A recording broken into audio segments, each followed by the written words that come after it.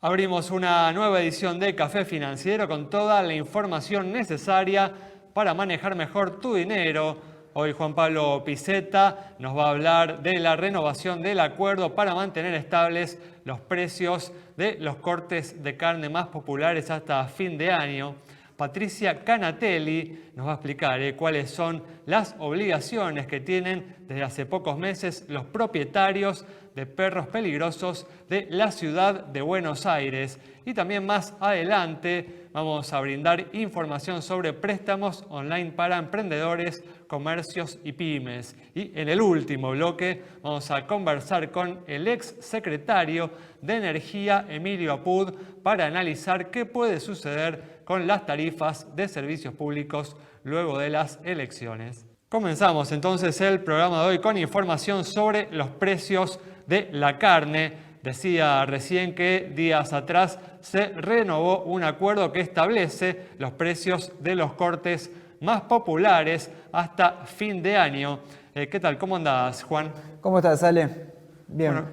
Bueno, ¿cómo es esto, no? Sí, algo interesante porque es el preludio de uno de los primeros acuerdos de precios tal vez de mayor interés para el consumo masivo, ¿no?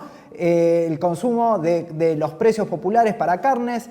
El anuncio del gobierno consistió en un acuerdo entre el Ministerio de Producción y las cadenas de comercialización de carne, ¿no? De toda esa cadena productiva, de mantener los precios que estaban vigentes en este tipo de cortes hasta el 31 de diciembre. La medida consiste en garantizar cerca de 6.000 toneladas. Esto hay que prestar atención, ¿no? Porque puede no llegar a haber cortes en todos los supermercados, en todas las cadenas. Tiene que ver un poco también con ese cupo. Y bueno, implica también un acuerdo específico de un aumento del 6% para lo que tiene que ver con la Patagonia, que suele ser un precio diferencial, ¿no? En la zona sur del país. Vamos a mencionar algunos de los precios, si te parece, Ale, para que el público lo tenga en mente. Bueno, por ejemplo, el asado de tira se mantiene en 359 pesos el kilo, el vacío en 499 pesos, el matambre en 549 pesos y, por ejemplo, la tapa de asado va a estar en 429 pesos. Son varios cortes en los cuales están publicados en una de las páginas oficiales del gobierno, que se puede consultar en argentina.gov.ar/producción/cortes cuidados. Ahí pueden ver estos precios, cuáles son, ver las cadenas de supermercados y frigoríficos que están adheridos. Son las principales, tampoco hay grandes sorpresas. Claro. Pero bueno, ahí es lo importante de este acuerdo, por lo menos en lo que tiene que ver con el consumidor, que bueno, también hay una línea para acceder y reclamar en caso de que alguien no encuentre este tipo de cortes. Pero bueno, es una de las medidas que se anticiparon, en el marco de estos acuerdos de precios que viene impulsando el gobierno, que fueron de las primeras medidas que se vinieron en estos últimos días para garantizar cierta estabilidad destinada al consumo popular. Sí, tal cual, otra medida que tiene que ver, ¿no?, con la preocupación del gobierno ante el aumento de la inflación que se dio en septiembre, luego de que esta bajara en el mes de agosto. Pero bueno, vamos a seguir ahora con información para los propietarios de perros peligrosos. En junio comenzó a aplicarse en la ciudad de Buenos Aires la reglamentación que exige la inscripción de estos propietarios en un registro y también la contratación de un seguro. Patricia, ¿qué tal? ¿Cómo andás? ¿Qué decís, Ale? ¿Cómo estás? Gracias por estar una vez más aquí. Un gusto tenerte. Un gusto venir para mí. Bueno, ¿y cómo es esta reglamentación? A ver. Esto está relacionado con una norma que el gobierno de la ciudad de Buenos Aires había publicado ya hace unos 10 años, pero que recién le dio aplicación efectiva en junio de este año. ¿Por qué comenzaron a tomar tantas medidas respecto de esta situación? Porque en el 2020 hubo 13 muertos por ataques de perros potencialmente peligrosos. Qué número, la verdad que completamente inesperado. Un número importante. Hubo cerca de 100 heridos graves, también atacados por animales de este estilo, y de esos 13 muertos, 9 de ellos eran conocidos del animal, o sea, no es que el animal atacó a un desconocido que circulaba por la vía pública. Entonces, esto hizo que resurgiera esta norma del gobierno de la ciudad, y a partir de junio se abre, a través de trámite a distancia, el registro de propietarios de perros potencialmente peligrosos. La norma tiene taxativamente marcados 17 razas que son conocidas por peligrosas, pero a su vez plantea que también deben inscribirse animales de cruza con estas razas y animales de alto porte, y da medidas de las fauces, peso del animal, altura del animal, que aunque no pertenezca a esta raza, pueden ser potencialmente peligrosos por su mordida. ¿La inscripción tiene algún costo, Patricia? La inscripción no tiene costo. Sí, hay que hacer el trámite a través de, ya te digo, de trámite a distancia, y lo que sí hay que hacer es, el animal tiene que tener una chapa donde esté el nombre del propietario responsable y el nombre del animal. Esa chapa hay que subirla a la página a través de un escaneo web. Después, ¿qué pasa si no te inscribís? ¿Hay alguna multa? Hay multas. Las multas van desde los... en la Ciudad de Buenos Aires se usa mucho la unidad funcional. En casi todo el país hay muchos lugares que se está utilizando. La unidad, perdón, fija, dije funcional. Sí. La unidad fija es una unidad de medidas que equivale a medio litro de nafta super, promedio de medio litro de nafta super, que coloca el ACA cada 6 meses, la regula, y está entre 500 unidades fijas y 2.000 unidades fijas. 500 es la multa mínima. Vos pensás que hoy una unidad fija desde septiembre del 2021 está a 53 pesos. Pues alrededor de 25.000 pesos. Entre 26.000 pesos, 25, 26.000 pesos la multa menor. Cuidado entonces, ¿no? Claro. Con esto. Bueno, y también tenemos 1 minuto y tenemos que redondear entonces, yo sé que siempre te quejas del tiempo, pero tenemos que redondear la obligación de contratar un seguro. Dentro de los pasos a subir en la inscripción hay que contratar un seguro de responsabilidad civil. Esta póliza en la Argentina está cubierto, este seguro está cubierto por las pólizas o las responsabilidades civiles hechos privados. Esto se que suele cubre contratar la junto, tenencia de animales domésticos. se suele contratar junto con los seguros para el hogar, por ejemplo. Normalmente se contrata junto con las pólizas del hogar, pero la responsabilidad civil hechos privados es una cobertura autónoma. En algunas compañías aseguradoras se puede contratar individualmente. Perfecto. Y en otras compañías junto con un integral de mascota. Pero es una obligación que establece la Pero ley. la obligación es tener la póliza. Muy bien, perfecto. Bueno, vamos a cerrar este bloque ahora contándote cuáles son las entidades más convenientes para financiarte con la tarjeta de crédito o sacar ahí un préstamo personal, Juan.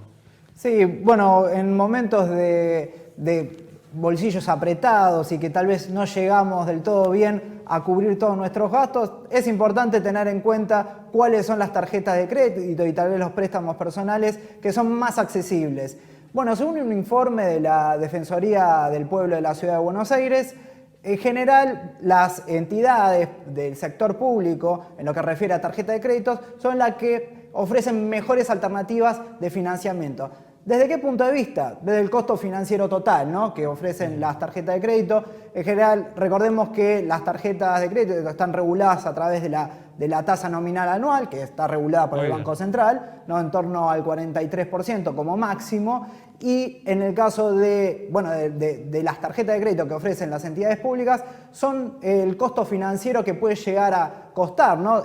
Financiarse con una tarjeta de crédito ronda entre el 48 y el 52%, ¿no? Vayamos rápido a los datos que tenemos poco tiempo. Sí, y en el caso de las tarjetas de los préstamos personales, ahí siguen siendo muy altos, ¿no? Los costos, nuevamente, las entidades públicas son las que ofrecen costos más accesibles. Banco Ciudad, Banco Provincia, Banco Nación, la banca cooperativa Credicop, y dentro de ese rango el ICBC también ofrece un costo financiero dentro de todo accesible. No es del todo accesible, estamos hablando del 95% costo financiero. Pero las entidades más económicas. Pero está dentro del marco de las entidades más económicas si alguien necesita acudir a un préstamo personal.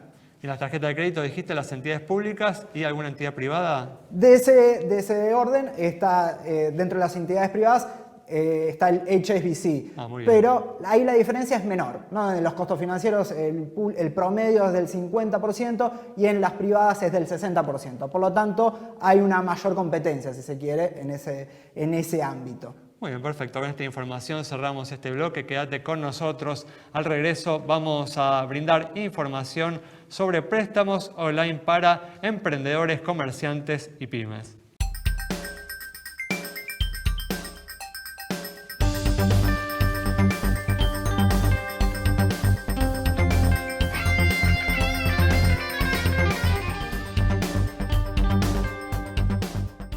Sabemos que tu casa no es solo una casa, es un hogar. Protégela con el Plan Hogar Plus de Yapser Seguros. Arrancamos este segundo bloque, como todos los viernes, dedicado a conocer en detalle algún producto, algún servicio financiero de seguros. Hoy vamos a hablar de préstamos online para emprendedores, pymes y también comerciantes. Y para ello estamos con Gonzalo Campos, que es gerente de negocios y empresas de Superbil. Gonzalo, ¿qué tal? ¿Cómo andás? ¿Qué tal? Buenas tardes, Alejandro. ¿Cómo te va? Muy bien, Muchas gracias. por el espacio y la invitación. Gracias a vos por atendernos. Y ustedes, precisamente, Gonzalo, lanzaron, ¿no?, hace algunos meses una línea 100% digital para este tipo de clientes. Así es.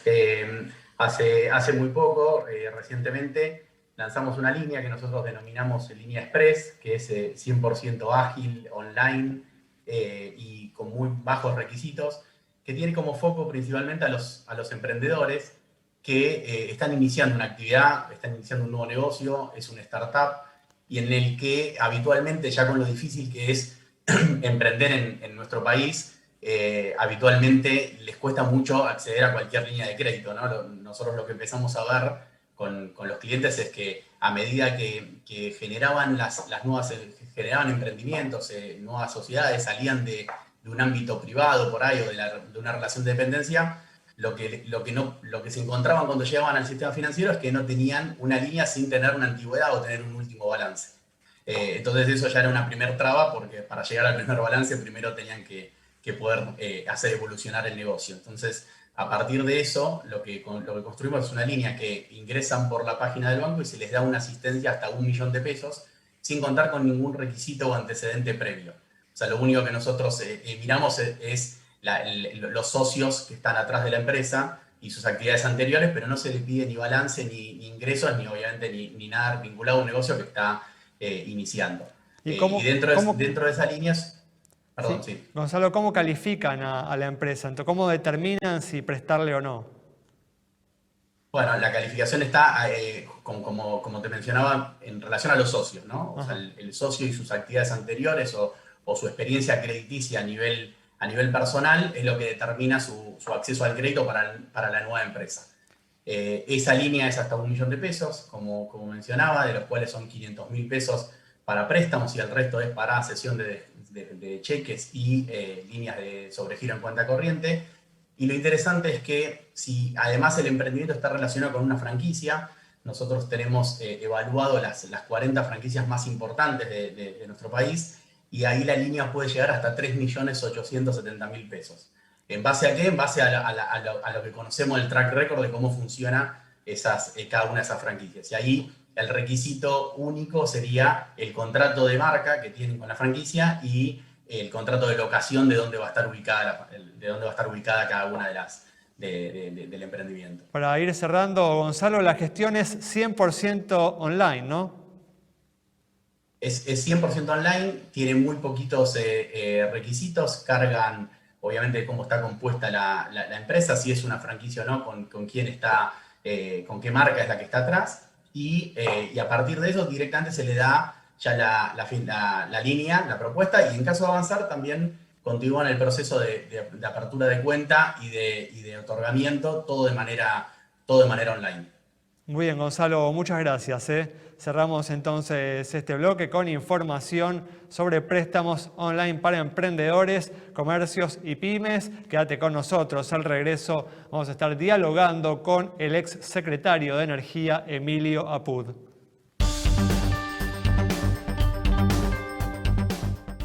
Sabemos que tu casa no es solo una casa, es un hogar. Protégela con el Plan Hogar Plus de Yapser Seguros.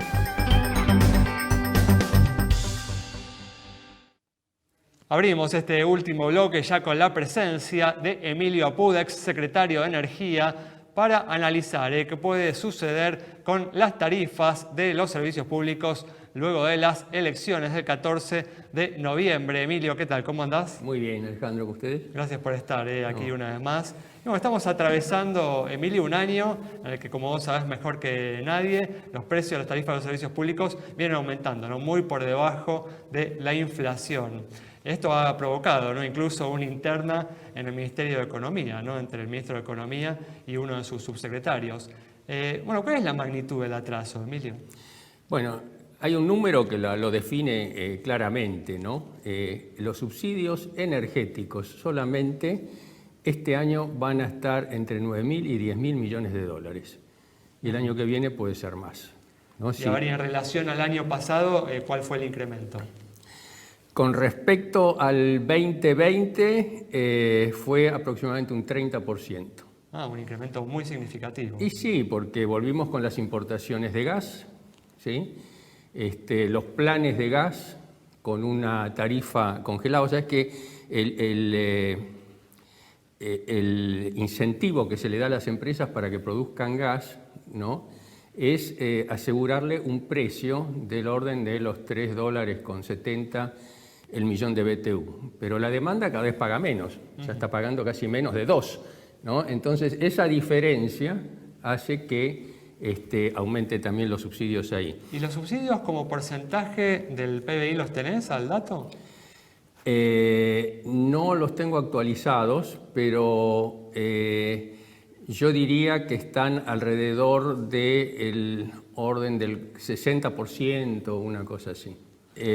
Pero el tema es que es insostenible en el tiempo y además ya se vivió esto durante los 3 gobiernos kirchneristas anteriores, ¿no? Cuando fue el segundo de Cristina Kirchner, se llegó a subsidios para que el usuario pagara en promedio el 15% del costo de producir un metro cúbico de gas o producir el kilovatio hora.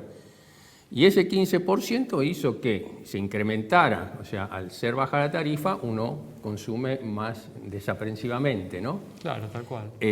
Las inversiones cayeran, porque el subsidio, hay que tener en cuenta esto, Alejandro, el subsidio no cubre inversiones prácticamente. Y esto es una industria o un servicio completamente dinámico que necesita ser actualizado por obsolescencia y por crecimiento de la demanda. Bueno, sabemos que la intención del ministro de Economía es actualizar las tarifas el año que viene y bajar los subsidios, ¿no? Hay que ver si lo logra. ¿Vos tenés esta expectativa? No, yo no creo que haga eso. A lo mejor sí lo está pensando el ministro, pero no, digamos, el gobierno en su centro de conjunto, o decisión. aquellos que tienen, claro, el poder dentro del gobierno. Yo tengo entendido que van a seguir planchando las tarifas, a lo mejor van a hacer un incremento. Ni siquiera van a ir con la inflación el año que viene, decís. Sí, yo pienso que van a intentar hacer crecer las tarifas a la mitad de la inflación el año que viene. Por debajo de nuevo, una vez más, o sea, se va a incrementar el atraso de las tarifas. Se va a incrementar el atraso, pero se va a reducir la velocidad de ese atraso, ¿no? Hoy estamos pagando, creo que ya menos del 40% de lo que cuesta la energía. Y yo invito a economistas y a políticos, ¿no? Porque el problema de los políticos, incluso de la oposición, es que es un tema difícil, ¿no? Si bien saben que hay que actualizar la tarifa, en época electoral no pueden decir vamos a aumentar la tarifa porque sí, evidentemente, pero habría que explicarle a la gente. Bueno, recordemos lo que pasó, ¿no?, con el famoso tarifazo de Mauricio Macri en el 2016, ¿no? Sí, fue mal explicado. Yo estoy convencido y estoy preparando unos números por los cuales demuestro que para un usuario medio de un servicio energético es un pésimo negocio no pagar la tarifa plena. En un año, ¿no? Porque en un año lo que incide en la inflación, lo que incide en el cepo, lo que incide en la calidad de servicio, etcétera, es mucho mayor que si pagara la tarifa plena. Lo que pasa es que, bueno, hay que saber explicarlo, hay que ver quién lo explica, cómo, ¿no? Es una cuestión de comunicación. Cuando buscamos los motivos del estancamiento económico de la Argentina de los últimos 10 años, este es uno de los motivos, sin duda, ¿no? La política tarifaria. Sí, pero es una tara que común a casi todos los gobiernos. Macri trató de resolver el problema, pero ya te digo, no lo explicó bien, ¿no? Si lo hubiera explicado bien, a lo mejor hubiera sido más aceptado, pero evidentemente con el malestar de la gente y la oposición machacando sobre eso, pero es insostenible y además estamos perdiendo el tren para colocar nuestros recursos energéticos. Vos sabés bien que hay un compromiso mundial de eliminar o dejar de usar combustibles fósiles y eso puede llevar 30 o 40 años. Si en esos 30 o 40 años nosotros no somos capaces de colocar vaca muerta y todos los shale que tenemos, va a quedar bajo tierra. Bueno, el gobierno precisamente presentó, ¿no?, hace algunas semanas un proyecto para impulsar la inversión en el sector energético. ¿Cómo viste esta iniciativa?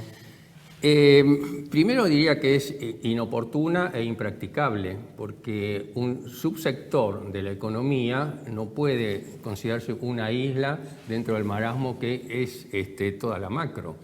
Si tenemos cepo, no hay libre disponibilidad de utilidades, no hay libertad cambiaria, tenemos problemas internacionales, somos stand-alone, tenemos 1.600 puntos ¿No se le garantiza igual a las empresas que inviertan en el sector así de hidrocarburos el acceso preferencial al mercado cambiario? Yo veo en esa ley un oportunismo y un enanismo. Enanismo quiere decir de siempre ir a lo chiquito.